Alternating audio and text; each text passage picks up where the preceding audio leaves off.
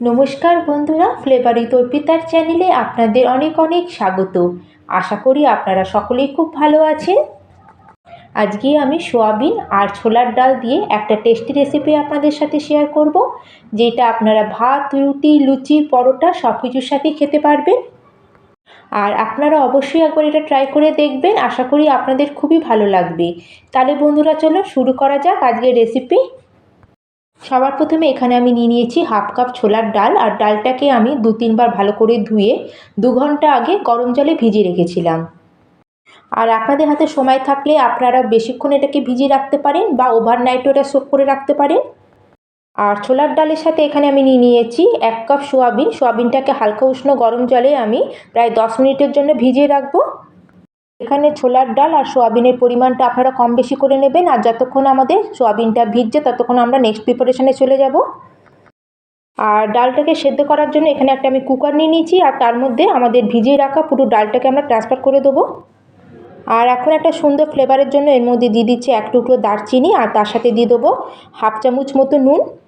আর এখন এর মধ্যে অ্যাড করে দিলাম বড় গ্লাসের 1 গ্লাস জল।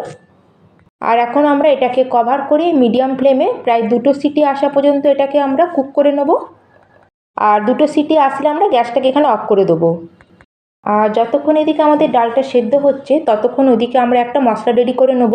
তার জন্য এখানে একটা মিক্সিং জার নিয়েছি, আর তাতে আমি অ্যাড করে দিলাম 1 ইঞ্চি মতো আদার টুকরো, আর ঝালের জন্য দিলাম 2-3খানা কাঁচা লঙ্কা, আর তার সাথে এখানে অ্যাড করে দিলাম 8-10খানা রসুন কোয়া।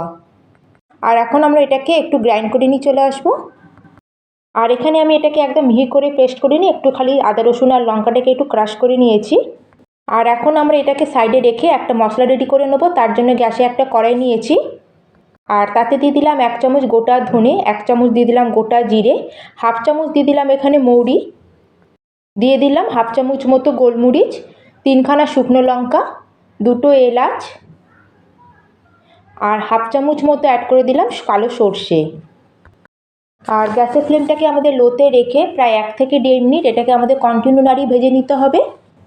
আর যখন এটা ভালো মতো ভাজা হয়ে যাবে তখন এটাকে আমরা পুরোপুরি প্রথমে ঠান্ডা করে নেব, তারপরে আমরা গ্রাইন্ডিং জারের মধ্যে দিয়ে এটাকে একটা পাউডার বানিয়ে নেব। আর প্রায় 1 থেকে 1.5 মিনিট হয়ে গেছে, মশলাটা আমার এখানে হালকা কালার চেঞ্জ হয়ে গেছে। এর থেকে এটাকে বেশি আর ভাজবো না, এখন আমরা গ্যাসের ফ্লেমটাকে অফ করে দেবো। আর এটাকে নামিয়ে একটা প্লেটের মধ্যে মশলাটাকে আমরা পুরো ঠান্ডা হওয়ার জন্য ছেড়ে দেবো। আর এখন আমরা গ্রেভি বানানোর জন্য কিছু প্রিপারেশন করে নেব।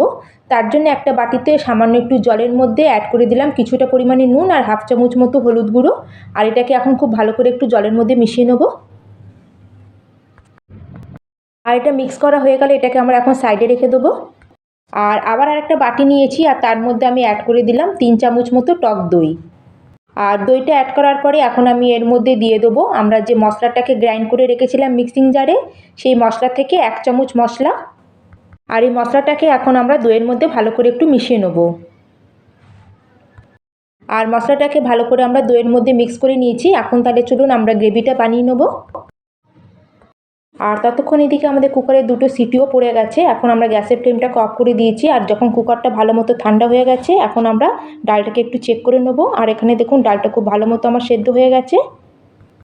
আর এদিকে গ্যাসে একটা কড়াই বসিয়ে কড়াইটা গরম হলে তাতে দিয়ে দেবো সামান্য একটু সর্ষের তেল। আর আজকের এই তরকারিটা আমরা কম তেলেই বানাবো। আর তেলটা যখন ভালো মতো গরম হয়ে যাবে তখন এর মধ্যে অ্যাড করে দিচ্ছি আমি এখানে একটা কাঁচা আলু। আর আলুটাকে এরকম ছোটো ছোটো টুকরো করে আমি এখানে কেটে নিয়েছি।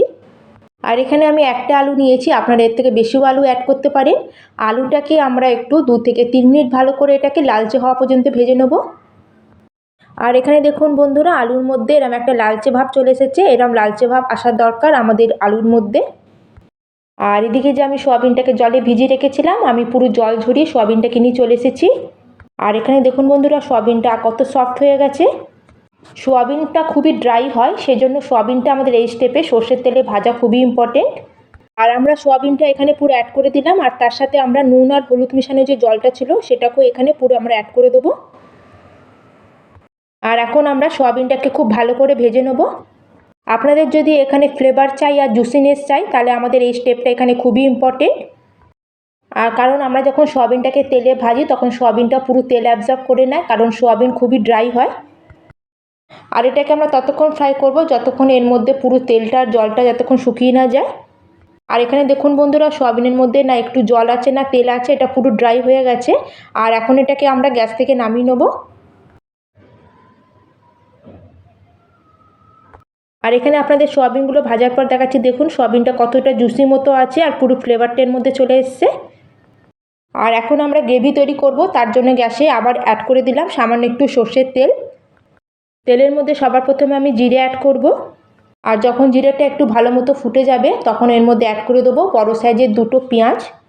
পেঁয়াজটাকে এখানে আমি খুব মিহি করে কুচিয়ে নিয়েছি।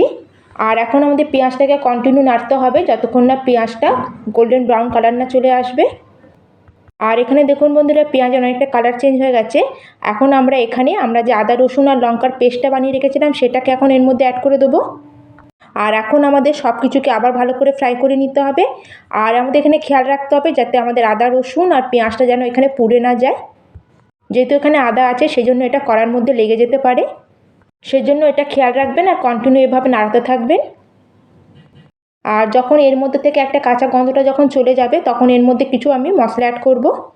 এখানে দেখুন আমি কিছু বেসিক মশলা অ্যাড করেছি। দিয়ে দিলাম হাফ চামচ মতো হলুদ গুঁড়ো, সুন্দর একটা কালারের জন্য দিয়ে দিলাম হাফ চামচ মতো কাশ্মীরি লঙ্কা গুঁড়ো, 1 চামচ মতো দিয়ে দিলাম ধনে পাউডার।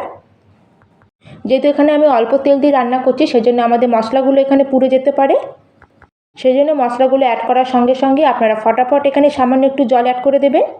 কিন্তু অল্প জল অ্যাড করবেন, বেশি জল এখানে অ্যাড করবেন না। আর 2 মিনিট মতো আমি এটাকে ভালো করে কষিয়ে নিয়েছি। আর এখানে দেখুন মশলা থেকে তেল বেরোতে শুরু হয়ে গেছে।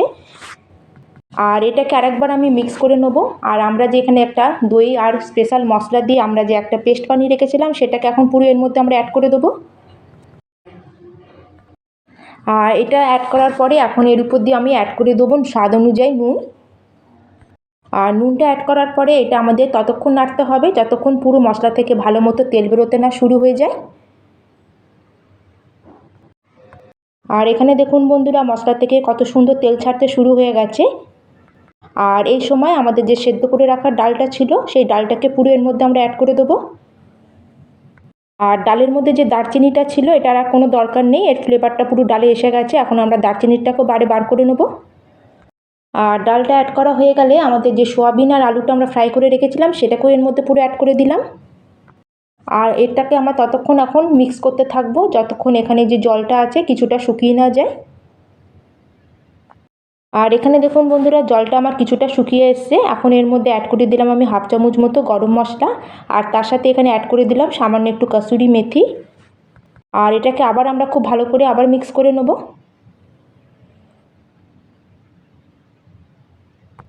আর এটাকে প্রায় আমি 2 মিনিট মতো খুব ভালো করে মিক্স করে নিয়েছি। এখন এর মধ্যে আমি অ্যাড করে দেবো জল। এখানে আমি বড় গ্লাসের 1 গ্লাস জল অ্যাড করলাম। আর এখানে আমি একটু বেশি পরিমাণে জল অ্যাড করলাম কারণ এখানে আমাদের আলুটাকে এখন কাঁচা আছে, আলুটাও সেদ্ধ হবে। আর তাছাড়া সোয়াবিনের মধ্যে সুন্দর একটা ফ্লেভার তখন আসবে যখন এটা একটু ভালো মতো ঝোলের মধ্যে একটু কুক হবে। আর এখন আমরা গ্যাসের ফ্লেমটাকে লোতে করে এটাকে প্রায় আমরা 10 মিনিটের জন্য কভার করে ছেড়ে দেবো। আর প্রায় 10 থেকে 12 মিনিট মতো হয়ে গেছে। আর এখন আমরা এর উপর দিয়ে অ্যাড করে দেবো কিছুটা কুচানো ধনেপাতা। আর সব কিছুকে ভালো করে মিক্স করে এখন আমরা গ্যাসের ফ্লেমটা অফ করে দেবো। আর এখানে সোয়াবিন আর ছোলার ডালের তরকারির ফাইনাল লুক দেখুন বন্ধুরা, দারুণ হয় খেতে। এটা আপনারা লুচি পরোটা ভাত সব কিছুর সাথেই খেতে পারবেন। আর আলুটা দেখুন এখানে কত সুন্দর আমার সেদ্ধ হয়ে গেছে। আর আজকের এই রেসিপিটা যদি বন্ধুরা আপনাদের একটু ভালো লাগে অবশ্যই কিন্তু একটা লাইক করবেন, শেয়ার করবেন। আর চ্যানেলে যদি নতুন হয়ে থাকে তাহলে প্লিজ চ্যানেলটিকে সাবস্ক্রাইব করে দেবেন। তাহলে আজকের মতো আমি এখানেই শেষ করলাম, আবার চলে আসবো অন্য একটি নতুন রেসিপি নিয়ে। ধন্যবাদ।